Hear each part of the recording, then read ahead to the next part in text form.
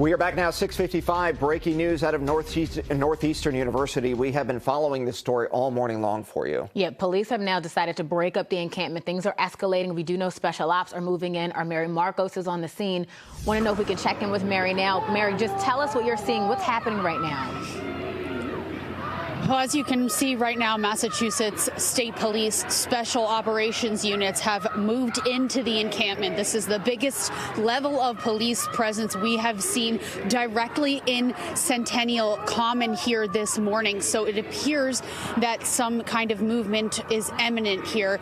Now the students have been preparing for a raid overnight, and the police gathered inside Shillman Hall earlier this morning, then came out and started to spread out. There are barricades all around the area here, and they have been telling the protesters to go home. Now the university is saying some of these protesters are not students at Northeastern. Some students, some people around the encampment here have been disputing that claim, so it's not clear at this point if everyone inside the Centennial Common here is a student or is not. But as you can see now, state police ops moving in closer, and we can watch and see what happens here. You can hear them chanting, "Who keeps us safe? We keeps us safe." I want to say thank you for just keeping us up to date. You've been sort of giving us a play-by-play, and as we watch this unfold again, I want to highlight something you brought up earlier. This is absolutely the largest show of officers, the largest show of police, and a display of force here.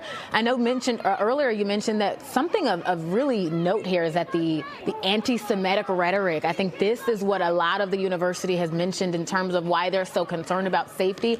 It has escalated from what we believe to be in the beginning is peaceful demonstrations to now maybe potentially a threat level here. So can you just talk a little bit more about that? I know you got that statement from the university earlier this morning. Yes, I can read part of that statement here. What began as a student demonstration 2 days ago was infiltrated by professional organizers with no affiliation to Northeastern. Last night, the use of violent anti-Semitic slurs, including "kill the Jews," crossed the line. We cannot tolerate this kind of hate on our campus. End statement. Now, students, again, on scene here have disputed those claims. They say that those chants were not chanted last night. And so a little bit of he said, she said here, but again, that's sort of where we're at this point. And Mary, they began clearing some of this earlier. They've taken some of the tents out, some of the other items. Oh, I see some people now being arrested. Is that what we're looking at right here, Mary? It does look like someone is being arrested right now, Jeff. It looks like someone with a mask has their hands behind their back, and someone else is being let out with their hands behind their back. So it looks like authorities are starting to arrest people and forcibly remove them from Centennial Common here. A third woman now coming out with her hands behind her back. Many of them are wearing masks, and it is they are officially being forcibly removed from the Centennial Common here. You've been showing us, too, all morning, Mary, this has been an absolute buildup because earlier, they were sitting. There was really not a whole lot of movement. We saw them sort of, again, chanting. They were banging on different items. But, again, it hadn't risen to this level. And now we're seeing they have gone from standing locked in arms, as you mentioned. Now we are physically watching officers, as you said, forcibly removing them. I mean, again, one by one, we're seeing people carted away. These are demonstrators with the organization Northeastern Huskies for a Free Palestine. And Mary, too, you've been saying this all morning. They have been prepared for this. That is really clear. They have not. They're not surprised at all that this is happening. No, not at all, Lauren. I echo everything that you said was completely accurate. The tent has just been it's just rising all morning since they've been here. Initially they were sitting peacefully. They were chanting as the police started removing their items from the encampment, sort of taking it apart piece by piece. Things just stepped up from there every minute, taking steps to move in, to surround this area, to put up the barricades so that, apparently no one could escape. I mean, I think that might be the idea here, so that no one could get in or out of this area, preparing what seems like to do exactly what they're doing right now, which is forcibly removing these people from Northeastern University's campus. And Mary, we saw the other day in the overnight hours of the removal of the encampment just outside of Emerson College, and that got very chaotic in those hours. Obviously, police trying to avoid what happened in that situation at Emerson College. Aside from the arrest, does it look relatively calm? I mean, I know you said it's a tense situation, but no violence at this point, correct?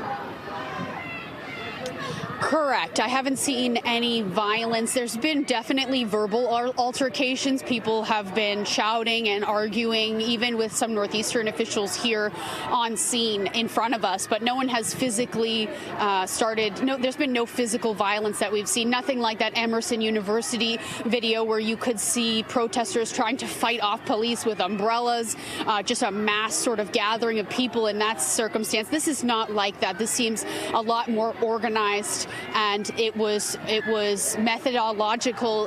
There were steps taken throughout the morning to get to this point. And now, as you can see, one by one, they are taking people away in handcuffs and out of the Centennial Common here. So, Mary, as you continue to assess the scene, I just want to sort of set the stage for anyone who's joining us. It's now 7 o'clock in the morning. Mary, she had rushed to the scene. We had actually moved her from a different area. It was around 5 this morning. So students have been here for as long as 2 hours, at least at minimum, potentially longer, too, just getting prepared and set up. This was very organized. They had actually called into our newsroom to alert us about this. They were reaching out to say, hey, we're doing this. And they have been saying again all morning, look, we are prepared. We're watching officers mobilize. We see them in riot gear. So again, they are not surprised by this, but we have noticed sort of, again, a buildup. What is also interesting, too, is that, Mary, as you've been showing us the pictures sort of from your vantage point, Jeff and I have been back in the studio. We've been watching actually the live stream as well. And what's hard to hear, you can hear the chanting, but we've heard some very explicit yelling. Again, when we talk about this being intense escalation, anger, frustration. Someone physically being carried out. So this person is not even walking. We know this is no longer really a peaceful demonstration. This has now risen to the level of officers and this personnel at the university. They believe there's an imminent threat. They do, Lauren, and in their statement, they said that, quote, "kill the Jews" was being chanted last night, and that's what crossed the line and led them to make this drastic move here. Now, again, people I've spoken to on the scene here denied the claims that that was chanted last night, but we're in a bit of a he said, she said position here. It's not clear whether or not, we haven't been able to independently confirm that yet, but as you can see, people continue to be led out one by one from Centennial Common here on Northeastern University campus. I know the university in their statement was saying that some of the younger people who were at this protest were not students. Do they have any idea of the breakdown, or they just don't know at this point?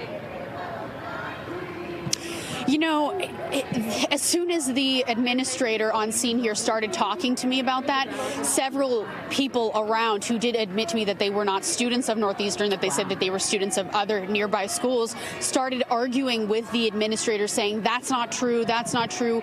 You know, there are students in there, and so there was we didn't get to that point. We didn't get to ask many questions, because just that simple statement, him saying that some of these students, some of these people are not Northeastern students, it all just ignited a verbal altercation right in front of me. So some admitted they weren't students of Northeastern, but were students who had come to this protest. Is that correct? That's correct. Some students said, you know, I'm not. I said, can you show me your Northeastern University ID? Can we talk to you about this? They said, no, I'm not a student here. I am a student from Boston, but I know that there are other Northeastern University students there inside the Centennial Common where people are being arrested right now. This is escalating, I should say, fairly quickly. I mean, even before they began removing the students and the demonstrators, we saw them putting up the barricades. We saw them pulling away tents, removing chairs. I mean, any sign of these encampments was being taken away as quickly as they could. And as you can see here again, still, I mean, there is quite a bit of a setup left, but it doesn't look like they have any plans to let this continue much longer. I mean, again, in the matter of 15 minutes, we've seen at least, I want to say, maybe 10, upwards of 15 people being removed from this area. So, and I see Anthony zooming in here. So this is what's left of the tent encampment. It was a much larger display, but again, a significant portion still standing. And now we're seeing more students who are apparently, as they were chanting earlier, standing up and physically locking arms, Mary. And it looks like they're really not planning to back down. No, they don't seem to be going anywhere. And you know, we've been covering these protests not just here at Northeastern University, but we've been at several other schools where similar demonstrations have taken place, like Emerson, like Tufts, like MIT and Harvard. And at those demonstrations, those students said to me that they weren't planning to go anywhere until they got what they wanted or until they were forcibly removed, which is what we're seeing right here at Northeastern University. And I should mention that many of these students say they are willing to face disciplinary action from the school because they feel strongly about their calls for the university to call for a ceasefire in Gaza and divest from companies with ties to Israel. So that's why they're out there, and that's why they don't seem to be backing down at this point.